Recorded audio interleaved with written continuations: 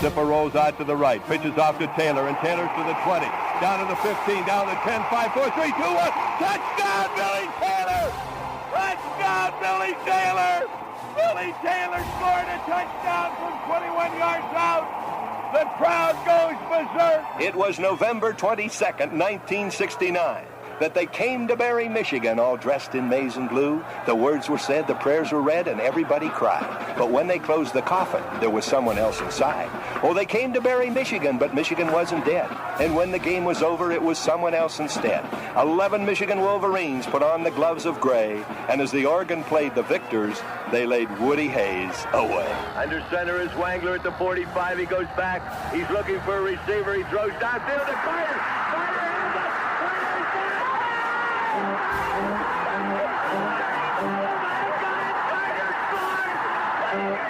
Who's got it better than us? Nobody!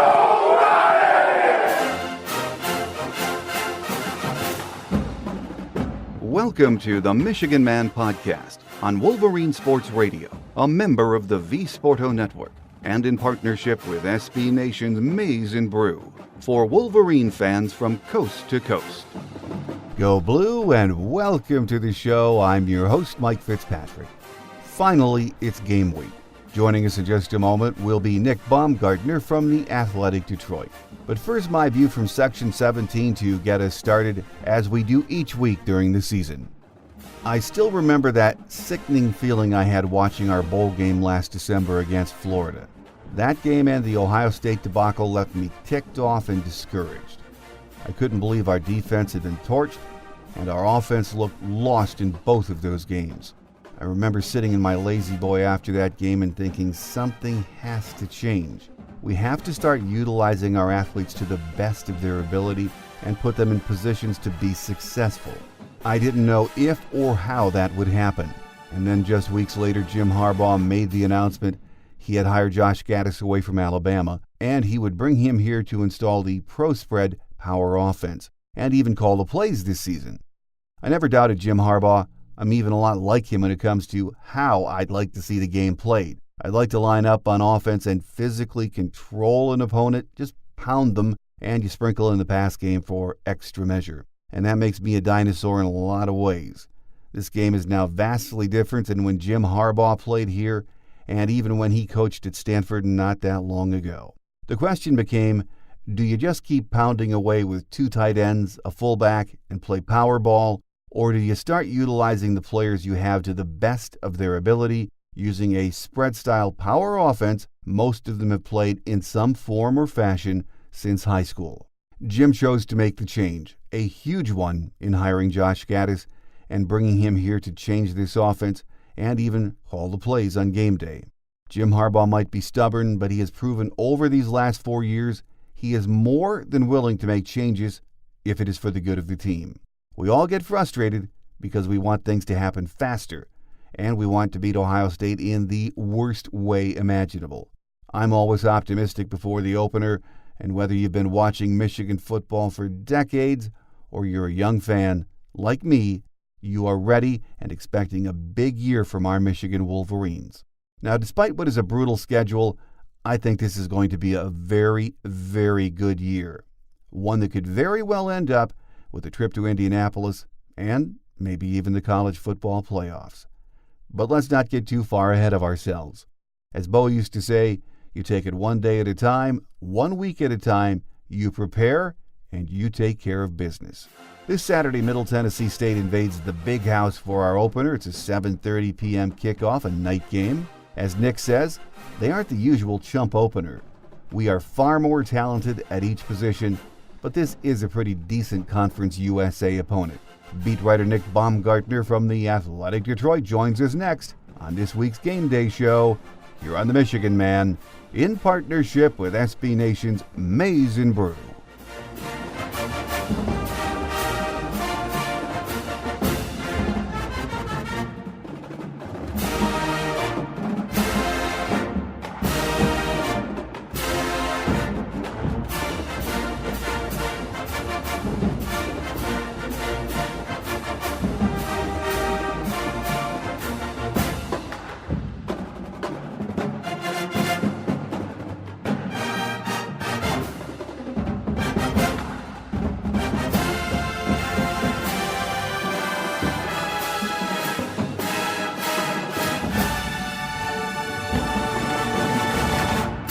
Here with us on our game day segment as we get ready, finally, for the opener, is Nick Baumgardner from the Athletic Detroit. Great to have you back with us, Nick. I feel like every time I come back on here, you have a different job, or I have a different job, right? So hopefully this one sticks for a while.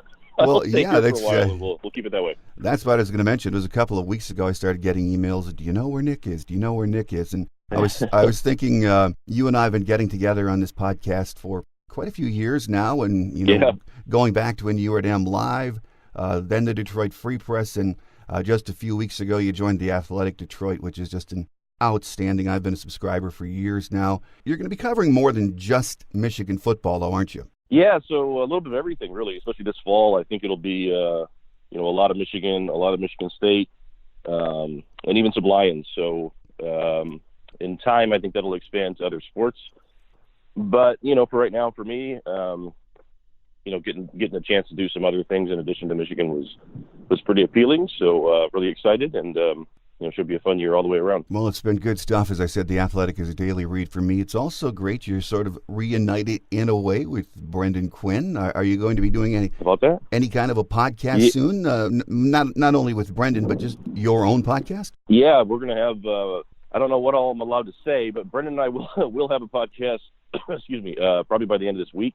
Yeah, I'll have another one, just Michigan football related as well. So that'll all be well served. I know people love their podcasts, as I do too. I know all your listeners wouldn't know what to do, Mike, if you weren't around every week to get them through their drives. So we'll have some stuff, some fun stuff planned, sooner than later. Well, good deal. We'll keep our listeners posted on that. But in the meantime, it's great to have you with us to talk about the start of another season. It seems like it's been so long. The last time we all saw a Michigan football game was in December in that dreadful bowl appearance against Florida, just an ugly game.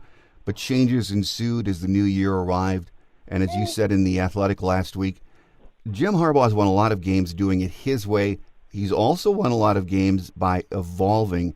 And bringing in Josh Gaddis is another example of that kind of evolution, isn't it, Nick? Yeah, and it was really interesting at the end. Like you mentioned that bowl game, it reminded me, when the thing ended and we kind of asked him, what are you going to do here? And his initial reaction in the moment was, I'm going to keep everything the same.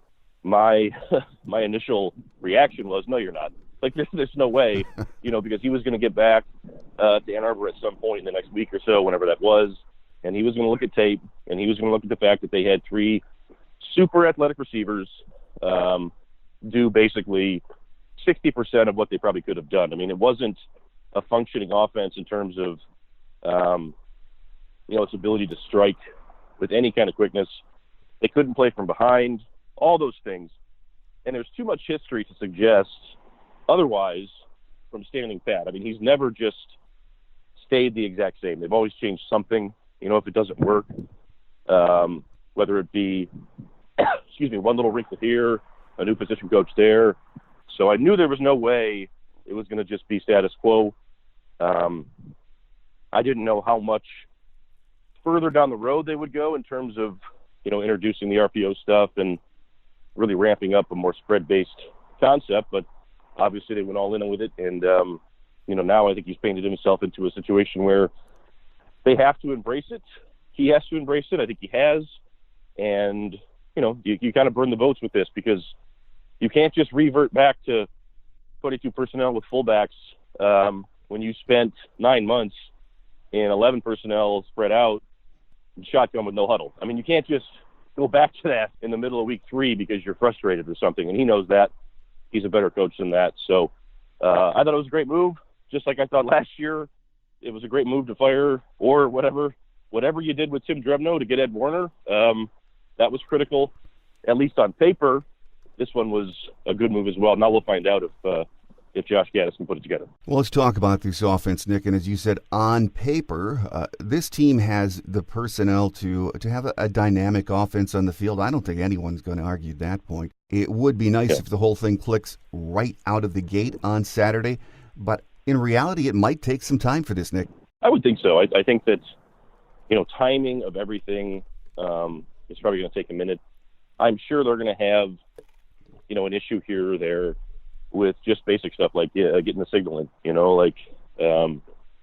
that's brand new. I mean, it used to be a huddle, so you're getting rid of that. I mean, the You've worked on that now for all spring, all camp. But I'm sure there'll be some stuff, as they go forward, some operational things that are a little bit hiccupy. Maybe some assignment stuff as well, but not some of it.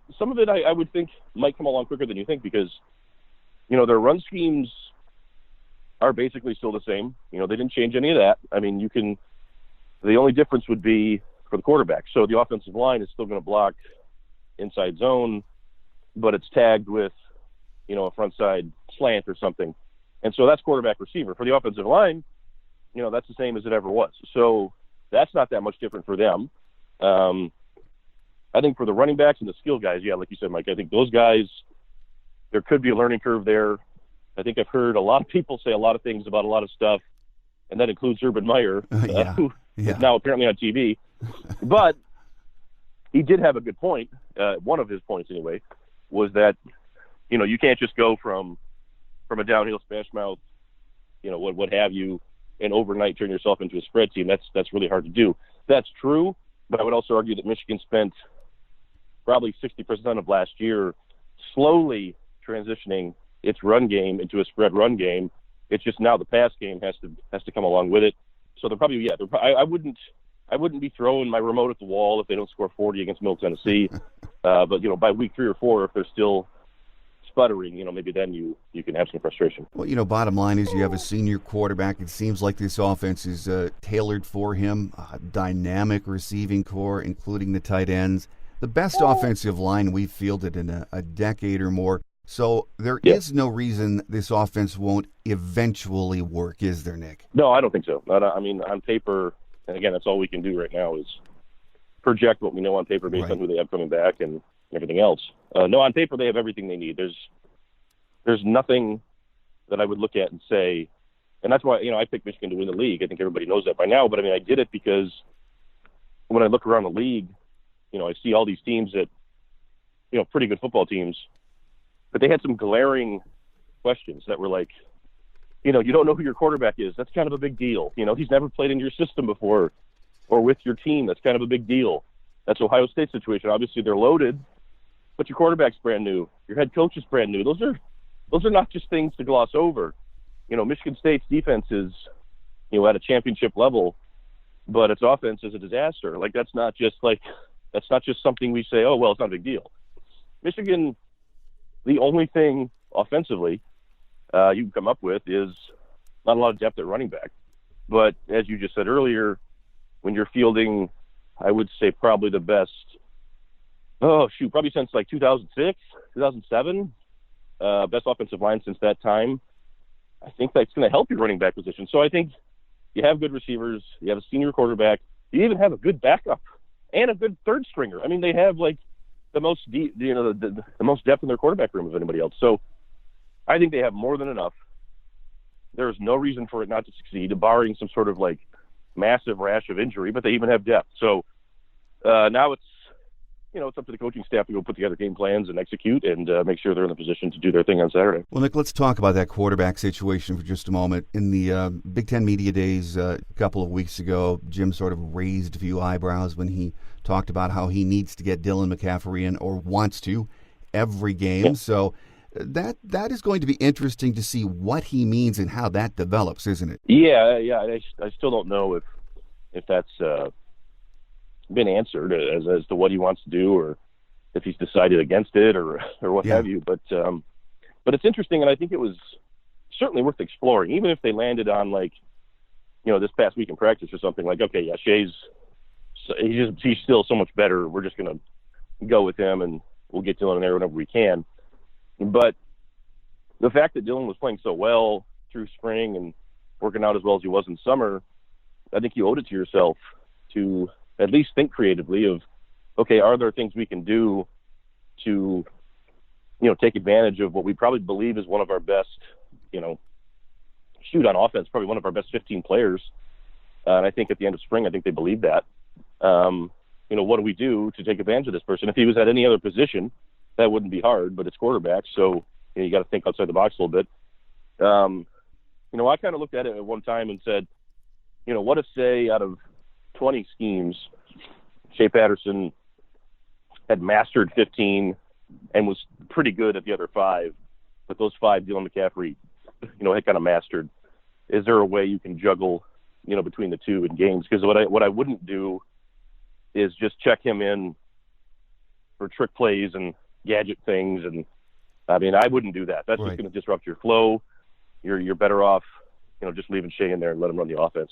Or if you think Dylan can run it just about as well with a few other layers to his games, obviously he's faster, then just bring him in and let him run the offense with, whatever, flavor you want in the moment. So I really don't know. Shea talked last Friday, I want to say it was, or Thursday. Mm-hmm. And he wants the ball. He wanted no part of sharing it. I mean, and I heard him say that, and I was like, I think some people looked at it a little funny, and I was like, that's what I would want to hear. Yeah. If I was talking about a quarterback. I mean, he wants the ball every snap, every play.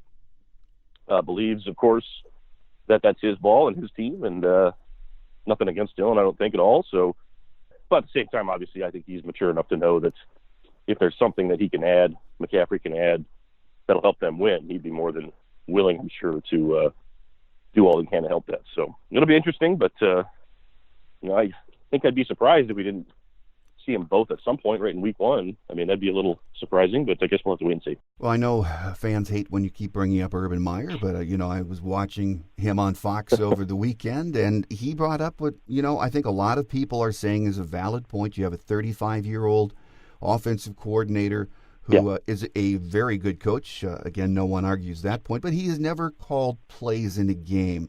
So until he does, we really don't know, as Urban said, what he can do. No, and, in some ways it's very weird because it's like, it's not fair to just default that he can't because he's never done it. I mean, we can't say that. But at the same time, it's also not fair, to his point, to just default that, well, he's going to just light up the scoreboard every week and call it a great game because we have no idea. I mean, he knows the offense, of course. He understands it. But play calling in the moment, in a pressure situation is a big deal. It is important. And as much as I think I've heard from people who are like, Jim Harbaugh can't have anything to do with this offense. He has to just keep his mouth shut and stay out of it, which is also funny. The fact that Gaddis does have a head coach who has been calling plays, he's called plays consistently longer than probably any head coach still around. I mean, this guy was basically his own OC for 15 years. I would think that would help. I would think that if you're involving him in what you're doing anyway, I mean, that's a sounding board.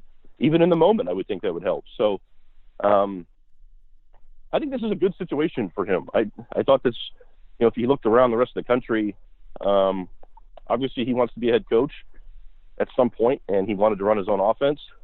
And when you look around, I know that there was some talk that maybe he'd go to Maryland with Mike Locksley, but this is an offense with a senior quarterback with 3, well, we'll say 2 for sure, and Collins and Peoples-Jones, NFL receivers, and Tariq Black could be a third, with other speed underneath, with a terrific offensive line. And, I mean, most of these guys put out of the system in high school anyway. So this was a really good setup for him. I don't think it has to be overly complicated, and I don't think that they need to make it that way. I think if you keep things sort of confined a little bit and let everybody kind of find their flow as they go, then you should be able to build your offense from week 1 to week 2, 2 to 3, and so on and so forth, which is what any good offensive coordinator always does, and I'm sure that's what he'll try to execute. Getting back to the running game for just a minute, Nick, over the weekend on ESPN and then on Fox, they talked about if there's a question with the offense right now, it's who will be running the ball. I know last week you addressed that in one of your pieces, and okay, we haven't seen what Zach Charbonnet can do. True Wilson right now is penciled in as the starter. But you don't seem to be as concerned about that running game as maybe a lot of the fans are. No, I mean, the only thing that would be an issue would be is if someone got hurt, because your depth is it's very thin. I mean, that's the case almost any year, really. Yeah. But right now it seems like that's really going to be an issue. Somebody would have to be an outlier to step up. No, I think that, Wilson, people get skittish about this former walk-on thing all the time. And, I mean, it wasn't like True Wilson was getting reps last year on a team with nothing.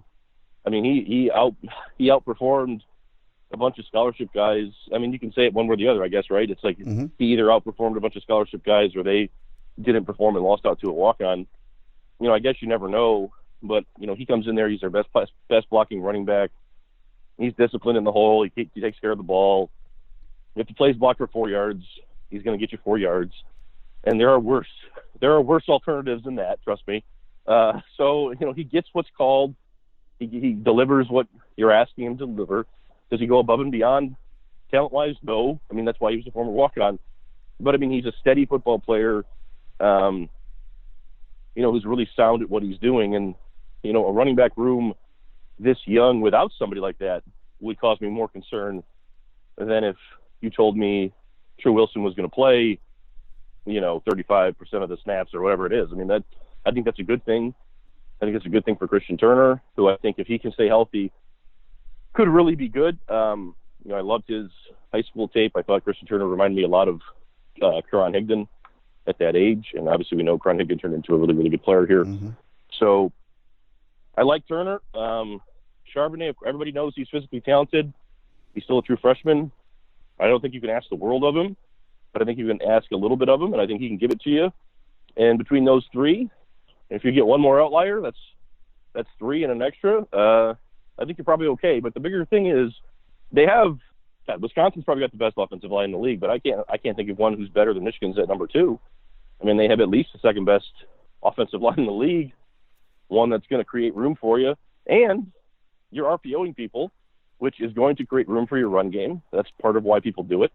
And so, no, if you had to tell me you could be thin at one of the spots on offense, receiver, quarterback, offensive line, or running back, my answer would probably always be running back, but especially in this scenario, because I think you can plug and play there a lot better than people probably realize. Just because you don't have Adrian Peterson back there or Ezekiel Elliott or something doesn't mean you're not going to be able to run the ball. It just maybe means, 80-yard touchdown runs are probably going to be at a premium, but effectiveness, no, I think they can cobble together, what they need from that group. Well, over on the defensive side, Nick, there's still concern. Plenty of talent, plenty of speed, we all know, but there are questions. The defensive tackle depth is one that a lot of people bring up. Now, it could be a strength in the end, but right now we just don't know, do we? No. Like you said, there's 2 freshmen there that are super talented. Chris Hinton, who I think is going to be very, very good. He was advanced for a high school player in terms of everything, in terms of skill, technique, everything else. And then Mozzie Smith, who was certainly advanced in strength in high school. I don't think he was as polished as Hinton was, but he also had extra time here. So those are 2 youngsters that are going to learn as they go. Donovan Jeter is still sort of really playing for the first time. He had his best spring. So that's fine too. But I think the more I look at it too, what are you asking really these days of that 300-plus nose tackle? You're asking him to play first down, right? Or you're asking him to play first and second down against Wisconsin or Michigan State or maybe Army. But against these teams that spread you out, he's coming off the field, and an extra safety or an extra box player is going to come in. So I think it's a concern because they don't have a lot of proven depth there, but they're versatile enough with what Don Brown does scheme-wise to get around that. You just take the big guy off the field and you replace him with speed, another linebacker who can fill his gap but also cover, and I think it works out better for you in the end anyway. So, those giant run stuffers, unless they're really, really good, just guys who occupy space, even at the next level, those things are starting to go away a little bit because you have to be able to pass rush. You have to be able to, probably 2-gap it a little bit.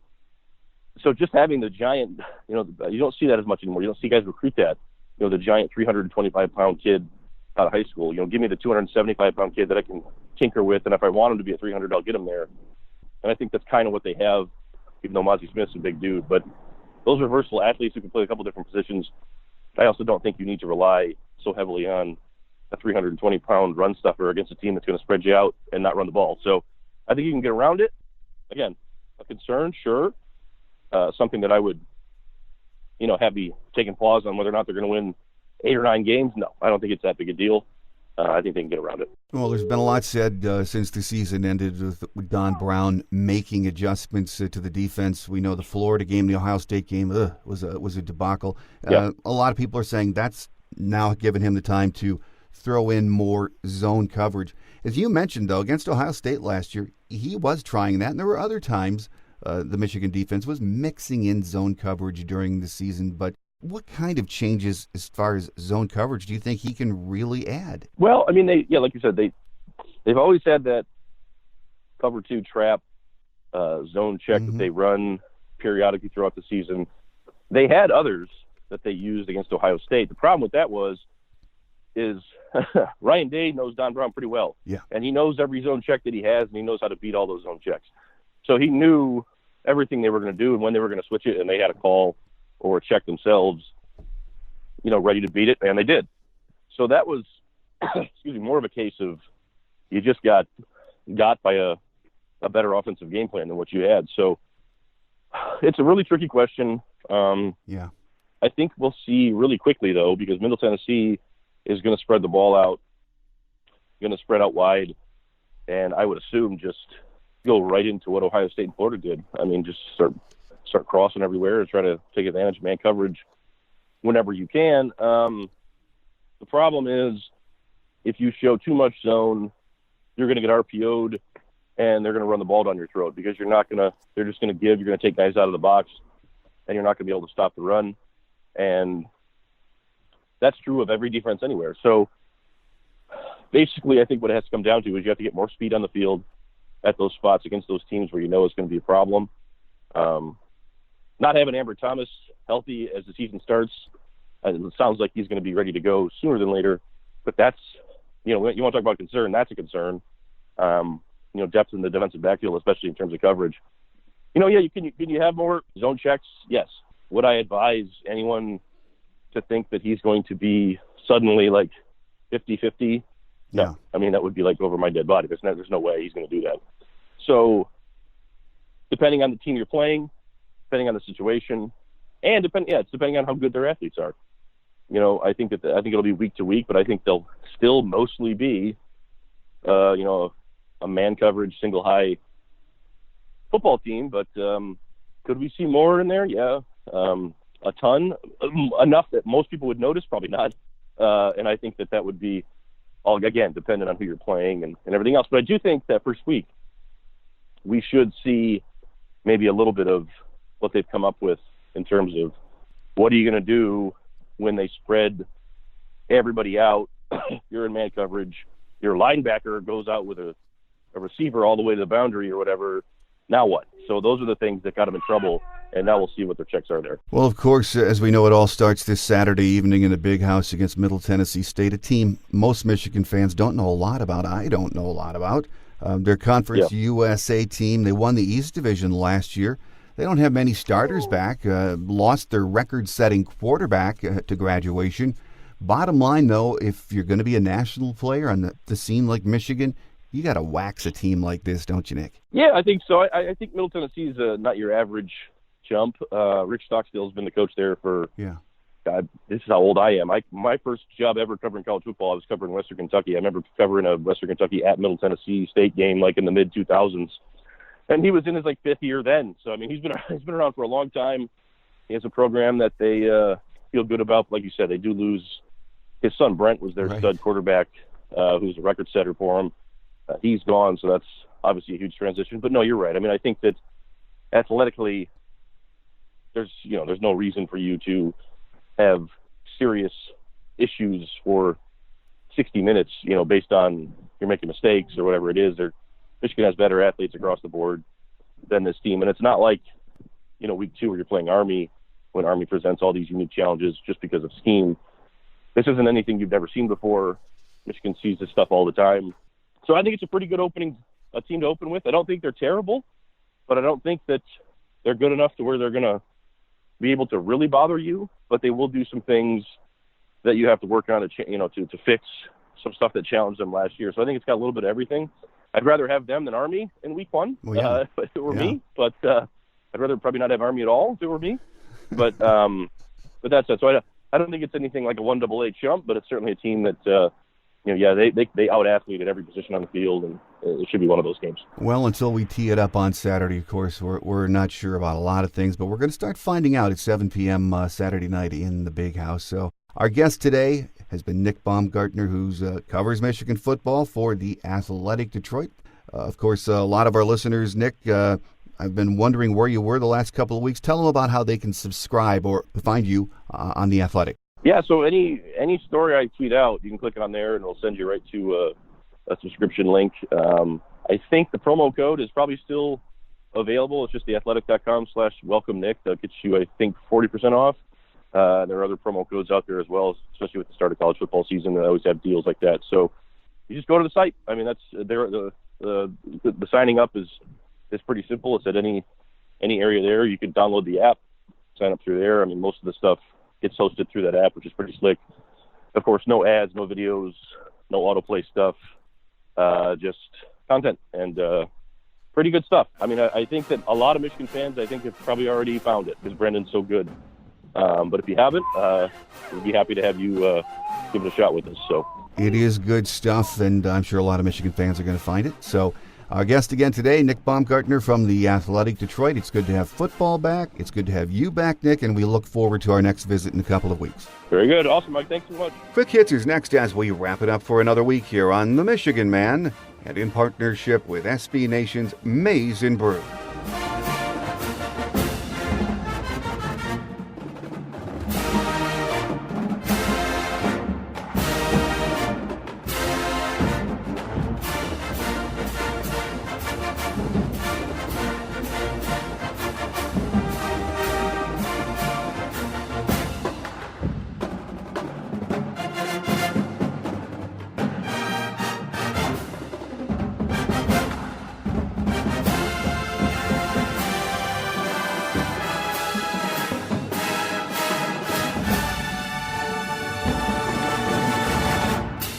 On Quick Hits today, Andrew Stuber is out for the season with his ACL injury, and Ambry Thomas is still battling colitis and is not expected to play this week, although Jim would not rule that out. No other injury information was made available for us. Jim held the first of his weekly pressers of the season on Monday.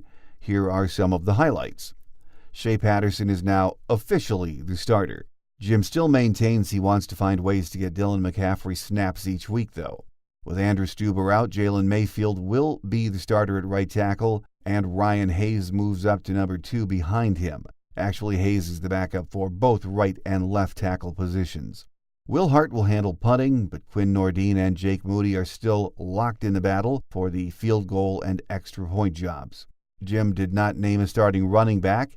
He said Drew Wilson has experience, Christian Turner is looking good, and freshman Zach Charbonnet has, in Jim's words, stood out and done extremely well. Jim spoke highly of several freshmen and said many of them will contribute.